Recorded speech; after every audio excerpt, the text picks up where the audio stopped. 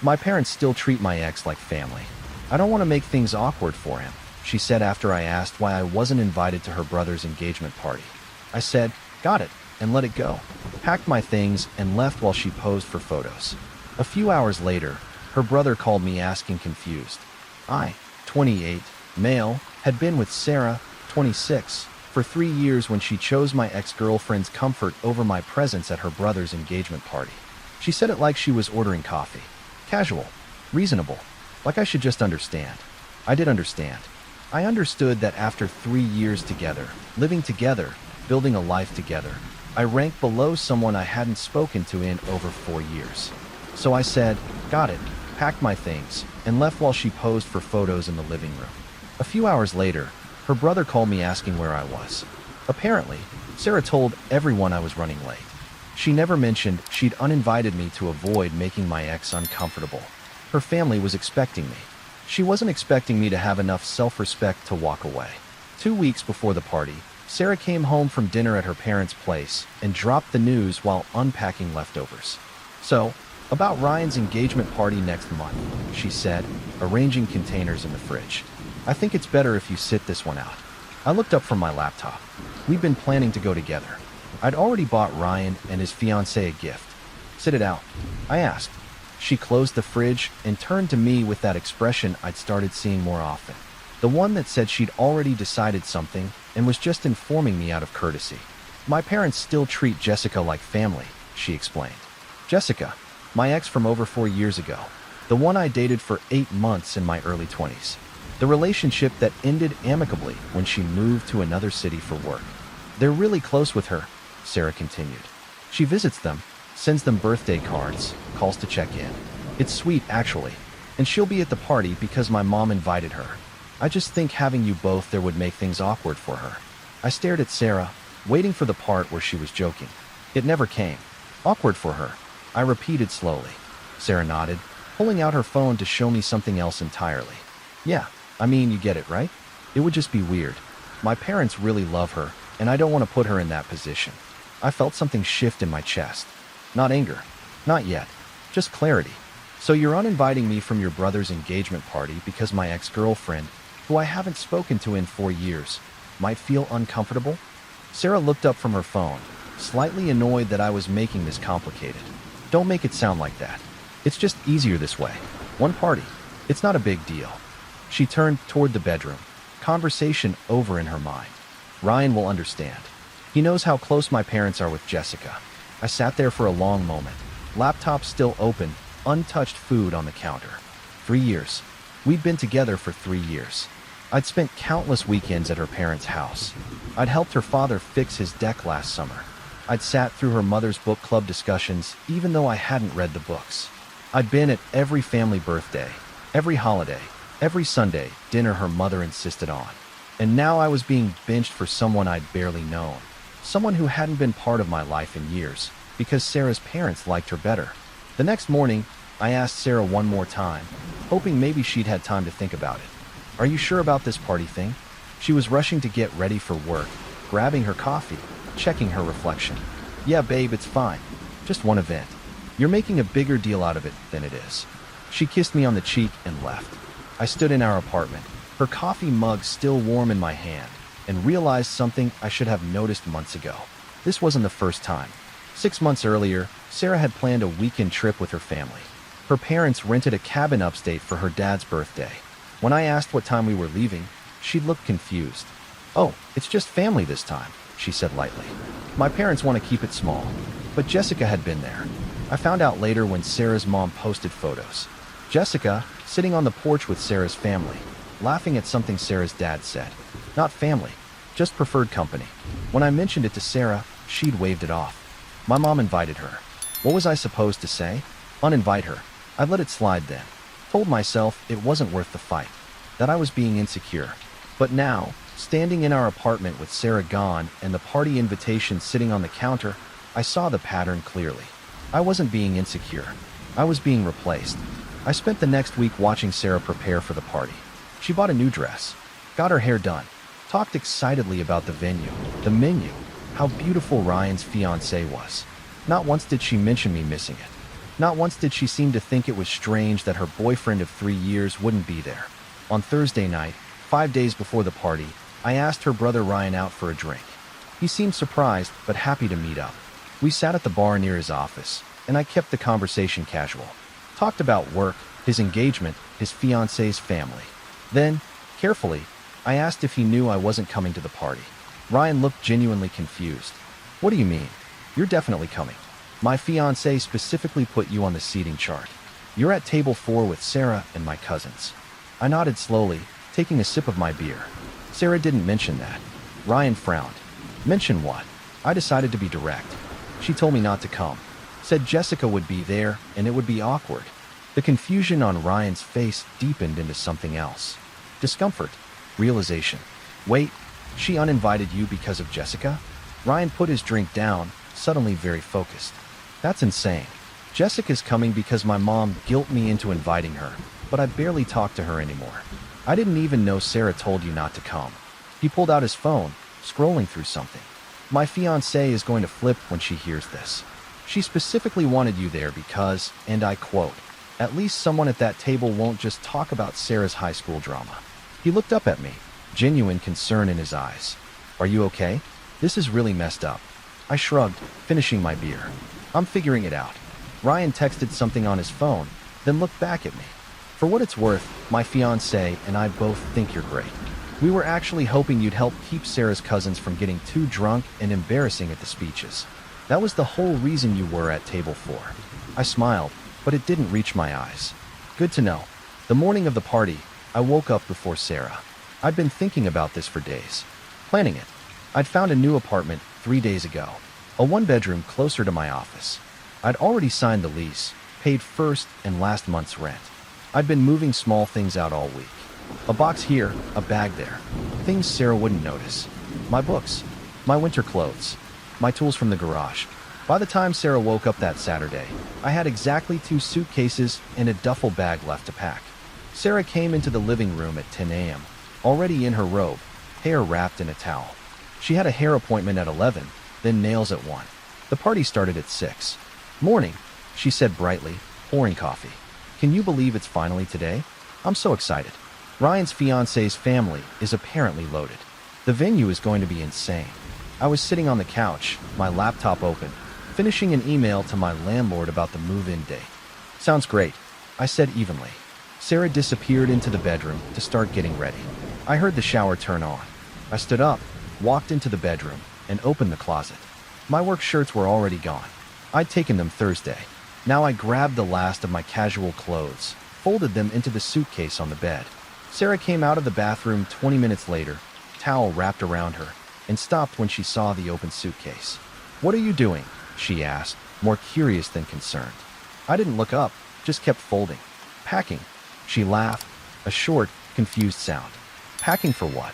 I closed the suitcase, zipped it up, and finally met her eyes. Moving out. The smile fell off her face. What? What are you talking about? I picked up the duffel bag from the floor, started putting my shoes inside. I'm moving out, Sarah. Today, while you're at the party. Her mouth opened, then closed. She stood there, dripping onto the carpet, trying to process what I'd just said. You're joking. I'm not, I said calmly, moving past her to grab my bathroom stuff. Toothbrush, razor, shampoo. I'd been using a separate set all week, so she wouldn't notice when these disappeared. Sarah followed me, voice rising. You're moving out? Because of the party? Are you serious right now? I stopped, turned to face her fully. Not because of the party. Because you chose my ex-girlfriend's comfort over mine. Because you didn't even think it was strange to uninvite me from your family event. Because when I think about it, Sarah, you've been choosing everyone else over me for months, and I'm done waiting for you to realize I'm actually your boyfriend. She stood there, water dripping from her hair, face pale. You're being ridiculous. This is one party. I shook my head. It's not one party. It's the cabin trip. It's every time your parents talk about how great Jessica is, and you just smile and agree. It's 3 years of me trying to fit into your life while you keep me in the waiting room. Orchestrated narrative structure and pacing for extended story continuation. Sarah's hands were shaking. So what? You're just leaving? Right now. I zipped the duffel bag closed. I already found a place. Signed the lease Wednesday. My friend Mike is meeting me there in an hour to help unload. Her face went from pale to red. You planned this. You've been planning this all week and didn't say anything. I picked up my laptop bag from the couch, the suitcase handle in my other hand. I said something 2 weeks ago when you told me I wasn't invited. You said I was making a big deal out of nothing. So I decided to stop making deals at all. I moved toward the door. Sarah rushed in front of me, blocking my path. Wait. Just wait. We can talk about this. After the party. Please. I looked at her, really looked at her, and saw someone I didn't recognize anymore. Someone who'd convinced herself that loving me meant fitting me in around everyone else's comfort. Have fun at the party, Sarah? Tell Jessica I said hello. I stepped around her and walked out. She didn't follow. I heard her voice behind me, high and breaking. You're really doing this? Today? You're really leaving me on the day of my brother's engagement party. I stopped at the door, but didn't turn around. I'm leaving you on the day you chose to make me feel like I don't matter. The party just happens to be today. I closed the door behind me. The hallway was quiet. I stood there for a second, duffel bag over my shoulder, suitcase at my feet, and felt the weight lift. Not all of it, but enough. I called Mike from the parking lot. I'm on my way. Thanks for doing this. Mike, who'd been my best friend since college, just laughed. Man, I've been waiting for you to grow a spine about this girl for 2 years. About time. The new apartment was smaller than the one I'd shared with Sarah. 1 bedroom, galley kitchen, but it was mine. Just mine. No one else's opinions. No one else's ex-girlfriends. No one else's family dynamics. Mike helped me unload, then cracked open 2 beers from the cooler I'd brought. So, she have any idea this was coming? I shook my head, taking a long drink. She thought I'd just roll over. Again, Mike clinked his bottle against mine. Not this time. My phone started buzzing at 4 p.m. Sarah's name lit up the screen. Then again, and again. I didn't answer. At 5:30, a text came through. Where are you? Everyone's asking. Please don't do this to me. I typed back 1 word. Busy. Then I turned off my phone. At 7:15, my phone, now back on, started ringing. Not Sarah this time. Ryan. I answered on the 3rd ring. Hey, Ryan. His voice was confused, slightly slurred from champagne. Dude, where are you? Sarah said you were running late, but it's been over an hour. My fiancé is asking if you're okay. I leaned back against the wall of my empty new living room, boxes stacked around me. I'm not coming, Ryan. Sarah didn't tell you. There was a long pause, music and laughter in the background. Then Ryan's voice, quieter now, like he'd stepped away from the party. What do you mean she didn't tell me? Tell me what? I kept my voice even. Sarah uninvited me 2 weeks ago. Said it would be awkward for Jessica if I was there. I thought you knew. Another pause. Longer this time. She what? Ryan's voice changed completely. Sharp now. Focused. Hold on. Stay on the line. I heard him walking, a door closing, the party noise cutting off. Okay, I'm alone. Run that by me again. I told him everything. The conversation 2 weeks ago. The cabin trip. The pattern of being pushed aside for Jessica. Sarah's casual dismissal when I brought it up. The look on her face this morning when I packed my things. Ryan was silent for a long moment after I finished. Then he said, very quietly, she told my fiancé and my parents that you were running late from work. She's been checking her phone every 10 minutes, looking worried. Everyone thinks you're stuck in traffic or something. I laughed, but there was no humor in it. She's worried, all right. Just not about traffic. Ryan sighed heavily. I'm coming to find you. Where are you? I gave him my new address. Ryan showed up 40 minutes later, still in his suit, tie loosened. He looked exhausted. My fiancé is pissed, he said, dropping onto the folding chair I'd set up. Not at you. At Sarah. She's been lying to everyone all night. I handed him a beer. What did Sarah say when you confronted her? Ryan took a long drink. I didn't confront her. Not yet. I told my fiancé first. She told my mom. My mom is the one who pulled Sarah aside. He looked up at me.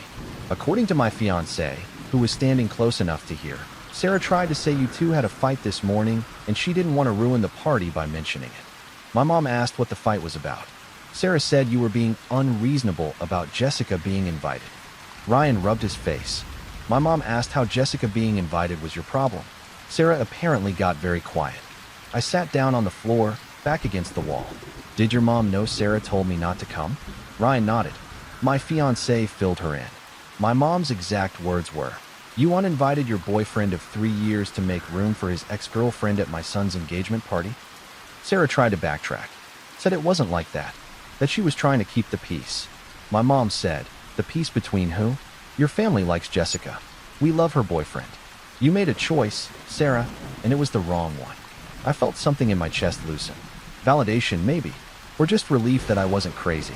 How did Sarah react? Ryan grimaced. She started crying. Said you left her this morning with no warning. That you were being cruel by abandoning her on today of all days. My fiancé, who has apparently been holding back opinions about your relationship for months, said he didn't abandon you. You told him he wasn't welcome. He just took you seriously. Ryan finished his beer, set the empty bottle on the floor. My mom asked Sarah if she told Jessica about any of this. Sarah said no. Jessica apparently had no idea you even existed, or that there was any issue with her being invited. She thought she was just coming to support my parents. I closed my eyes. Of course, Jessica was innocent in all this.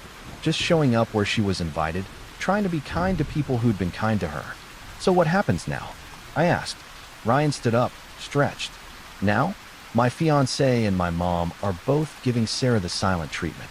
Jessica, who finally figured out what was going on, left the party early. She was mortified.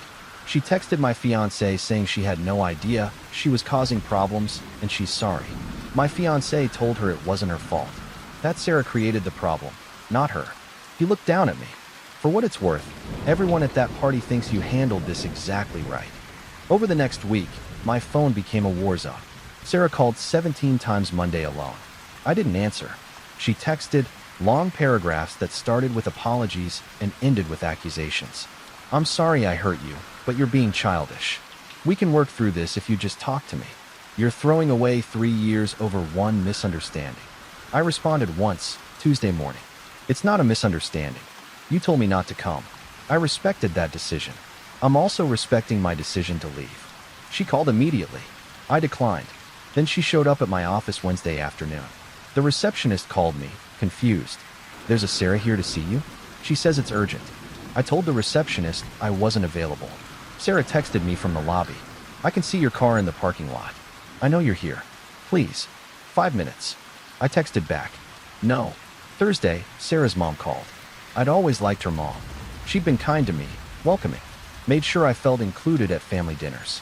Until apparently, I was less important than maintaining a relationship with my ex. I answered because I figured I owed her that much. Hello, Mrs. Chun. Her voice was tight, uncomfortable. I wanted to apologize. I had no idea Sarah told you not to come to the party. That was completely inappropriate. I sat at my desk, phone pressed to my ear, and chose my words carefully. I appreciate that. Mrs. Chin sighed.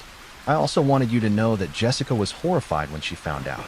She sent Sarah a very long message saying she never wanted to cause problems and that if she'd known, she wouldn't have come at all. I'd figured as much. Jessica didn't do anything wrong. Mrs. Chun made a soft sound of agreement. No, she didn't. Sarah did. There was a pause. Then Mrs. Chun continued, voice softer now. I won't try to convince you to give Sarah another chance. That's between you two. But I will say that I always thought you were good for her. You balanced her out. Made her think about other people's feelings more. I'm sorry she lost sight of that. I felt a lump in my throat. Thank you for saying that.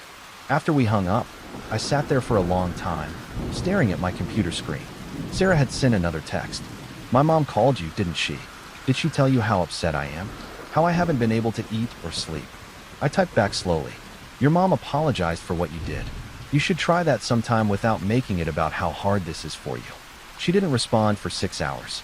Then, at 10 p.m., my phone lit up with a long message. You're right. I'm sorry. I'm truly sorry. I prioritized the wrong things. I got so used to keeping everyone happy that I forgot you should come first. I love you. Please come home. I read the message 3 times. It sounded sincere. It probably was sincere. But sincerity doesn't undo patterns. It doesn't change the fact that for months, maybe longer, Sarah had been ranking me below other people's comfort. Her parents' preference for Jessica, her family's expectations, her need to be the peacekeeper. I was always the one who was supposed to understand, to be flexible, to make room. I texted back. I believe you're sorry. I believe you love me. But you love me in a way where I'm always the one adjusting. where I'm always the one who's supposed to understand why I'm being asked to be less than I am. I don't want to be loved like that anymore. She called immediately. I didn't answer. She sent 7 more texts over the next hour, each one more desperate than the last. Please pick up. We can fix this. Don't throw us away. I'll change. I need you. Please. I turned my phone off and went to bed. Friday morning, I woke up to 23 missed calls. 19 from Sarah, 3 from her cousin Amy, who I'd always gotten along with. 1 from Ryan. I called Ryan back first. "Hey man, just checking in," he said. "Sarah's losing it. She showed up at my apartment last night crying, asking me to convince you to talk to her." I poured coffee, phone wedged between my shoulder and ear. "What did you tell her?" Ryan laughed, but it was a sad sound. "I told her I wasn't getting in the middle of this, that she made her choice and now she has to live with it." My fiancée was less diplomatic.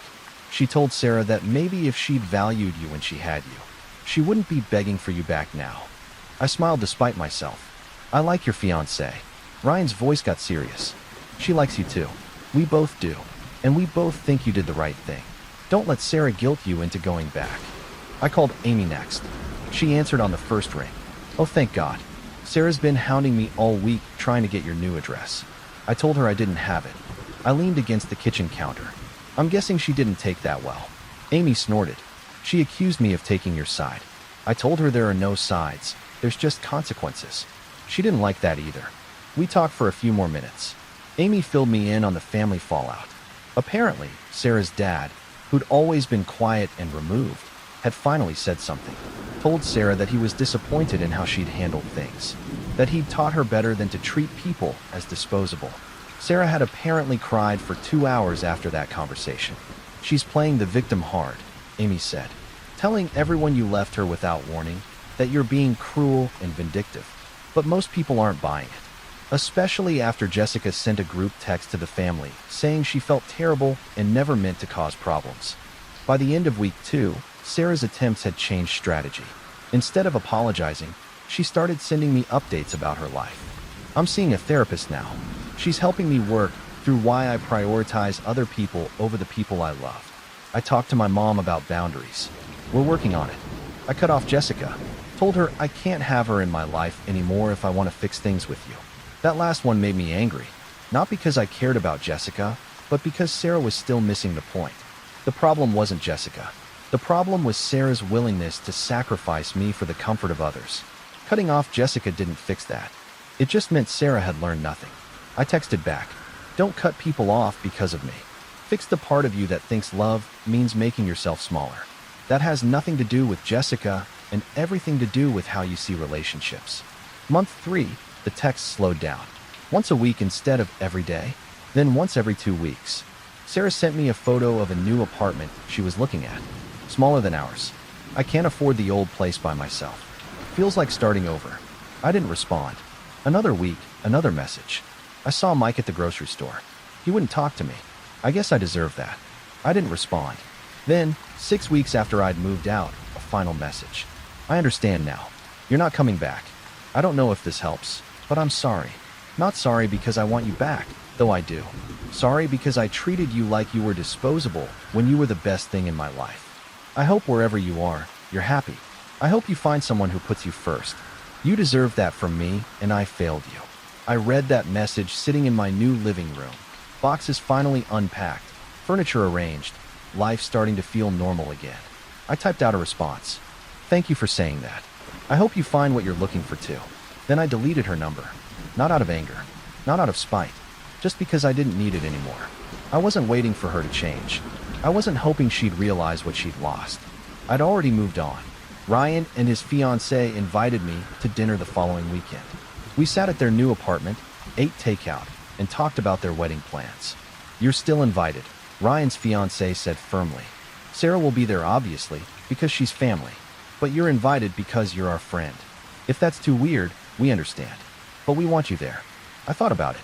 About seeing Sarah again. About the awkwardness. Then I thought about myself, sitting in that old apartment, accepting being uninvited because someone else's comfort mattered more than mine. "I'll be there," I said, "and I'll bring a date." Ryan's fiancée grinned. "Good. Make her jealous."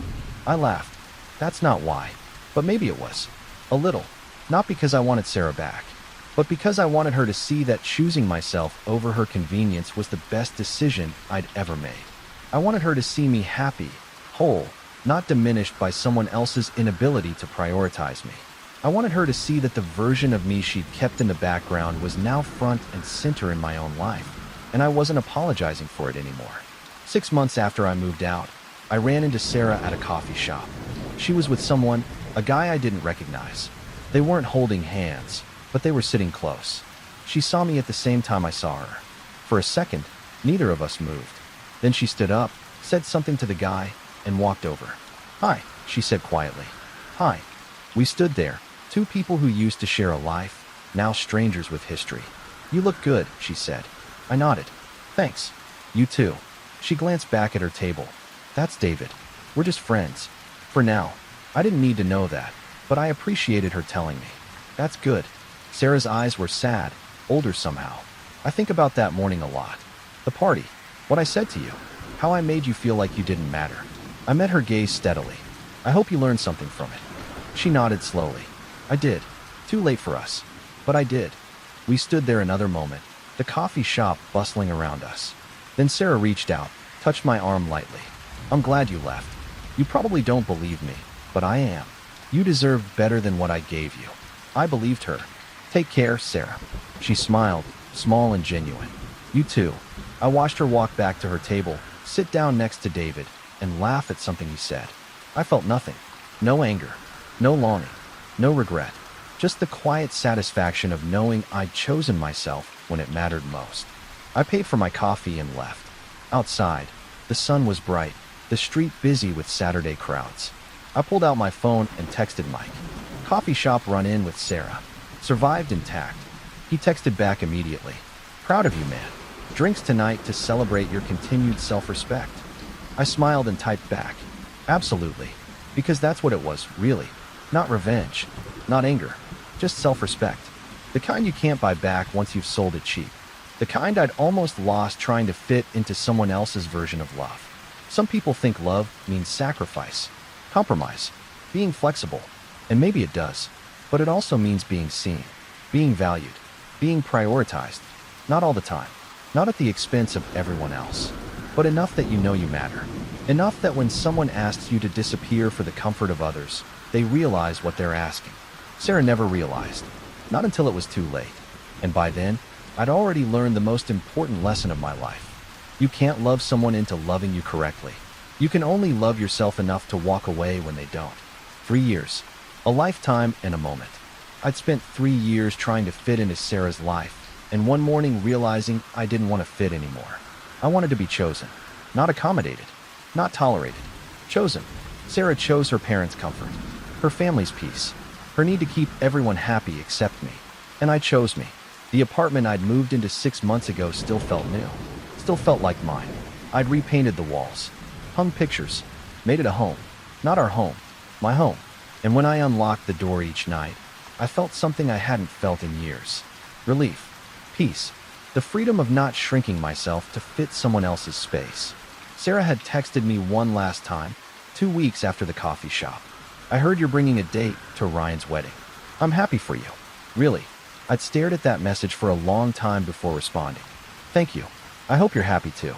Because I meant it. Not because I'd forgiven her, but because her happiness or lack of it was no longer my responsibility, just like mine had never really been hers. The night before Ryan's wedding, I picked up my date, Emma, a woman I'd met through work. Smart, funny, and most importantly, someone who didn't treat my presence in her life like a negotiable condition. We drove to the venue, music playing, conversation easy. "You nervous?" she asked. I thought about it. About seeing Sarah with her family. About the inevitable awkward small talk. About being in the same room as the person who'd taught me what I wouldn't accept anymore. "No," I said honestly. "I'm good." And I was. Because the person walking into that wedding wasn't the same person who'd walked out of Sarah's engagement party 6 months ago. That person had been tired, diminished, trying to convince himself that being overlooked was the same as being loved. This person knew better, knew his worth, knew that silence could be the loudest statement you ever make. I'd said got it and left. No drama, no scenes, no grand speeches. just action. And in that action, I'd found the one thing Sarah's love had never given me. Freedom. The freedom to be chosen or walk away. And I'd walked right into a life where I was no longer background noise in someone else's story, where I was the main character in mine.